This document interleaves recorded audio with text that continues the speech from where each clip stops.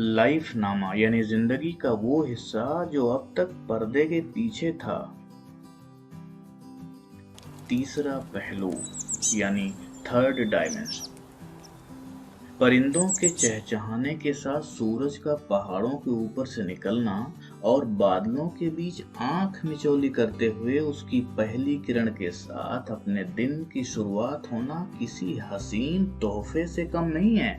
माना कि हम वर्चुअल एरा यानी आभासी युग में दस्तक दे चुके हैं, जहां एसी हॉल में बैठकर टेक्नोलॉजी के जरिए हम एक बनावटी प्रकृति यानी आर्टिफिशियल नेचर, मसलन खूबसूरत वादियों के बीच लॉन्ग ड्राइव या पहाड़ों के बीच खूबसूरत झरने, फूलों का बाग और हरे भरे जंगल आदि का मजा ले सकते हैं और उसे महसूस भी कर सकते हैं। लेकिन अगले ही पल बटन दबाते ही सब कुछ यकबयक खत्म। यानी कुछ लम्हे या यूं कहें कि कुछ वक्त के लिए तो ये सब वाकई बहुत दिलचस्प लगता है, एक जादू भरी दुनिया में पहुंचा देता है, लेकिन उसे हकीकत में तब्दील नहीं कर सकता।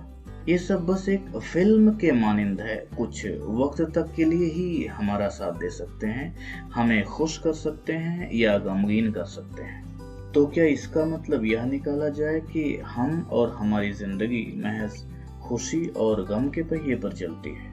क्या हम या तो खुश हो सकते हैं या दुखी? क्या यही जिंदगी है?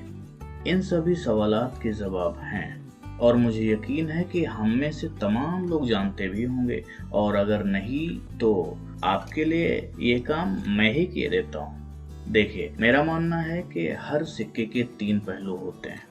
पहला वो जो हमें सबसे ऊपर दिखाई देता है, दूसरा जिसे हम देख नहीं पाते, ऊपर वाले हिस्से के ठीक विपरीत या यूं कहें कि एकदम नीचे होता है और हम उसे उलट कर देख सकते हैं।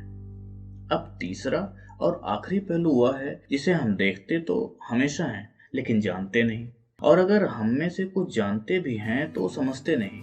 वह है सिक्के का किनारा। देखिए, अगर ये पहलू ना हो तो बाकी दोनों पहलू हो ही नहीं सकते। यानी सीधे तौर पर मैं ये कह सकता हूँ कि सिक्के का वजूद ही खत्म हो जाएगा, सिक्का अब सिक्का नहीं रहेगा। यही बात जिंदगी पर भी लागू होती है। हम जिंदगी को सुख और दुख, खुशी और गम या पेन एंड प्लेजर के पहलू के रूप में देखते हैं, लेकिन क्या ये सही है? या तो बिल्कुल वैसे ही है जैसे गणित के गलत फार्मूले का इस्तेमाल कर सही आंसर की उम्मीद करना। जिंदगी वास्तव में इन दोनों पहलुओं के बीच का हिस्सा है, जिसे मैं तीसरा पहलू कहता हूँ। आप चाहें तो इसे अपने हिसाब से कुछ भी कह सकते हैं, मैं इस बहस में नहीं पड़ना चाहता। अब बात करते हैं इस तीसरे पहलू की।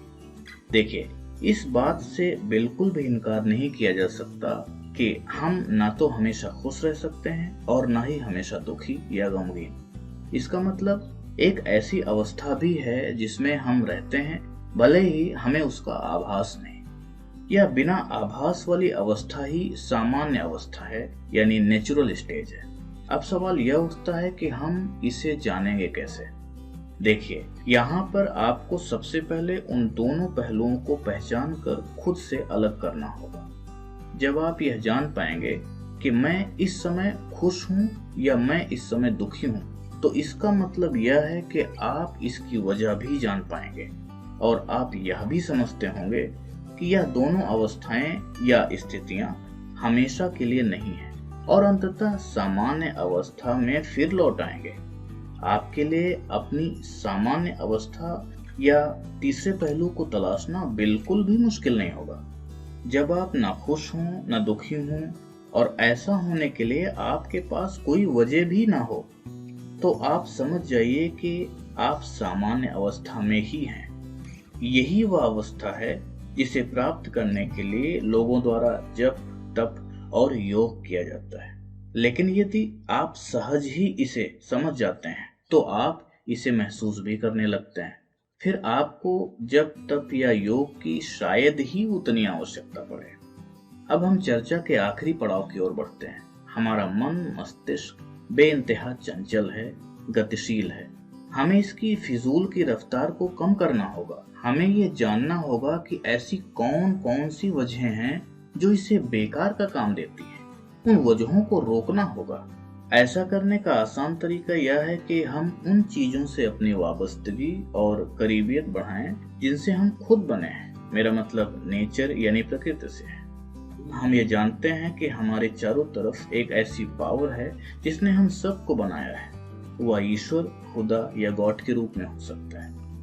हम अगर खुद को उसके करीब ले जाना चाहते हैं, अपने मन को शांत रखना चाहते हैं, तो मनुष्य की बनाई वस्तुओं से उतनी ही नजदीकी रखिए जितने में आपका काम चल जाए। बाकी समय प्रकृति के गोद में बिताने का प्रयास करें। आपको अपनी सामान्य अवस्था यानी नेचुरल स्टेज खुद हासिल हो जाएगी। फिर आप पेन एंड प्लेजर यानी खुशी और गम से आजाद हो जाएंगे। So find your natural stage which is third dimension of your life and start living beyond pain and pleasure.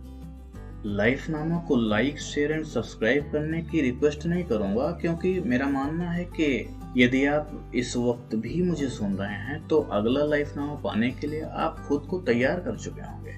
और इसके लिए आप जानते हैं कि सब्सक्राइब करना पड़ता है, जो बिल्कुल फ्री है। लेकिन एक गुजारिश जरूर करूं, अपना ख्याल खुद रखना। धन्यवाद।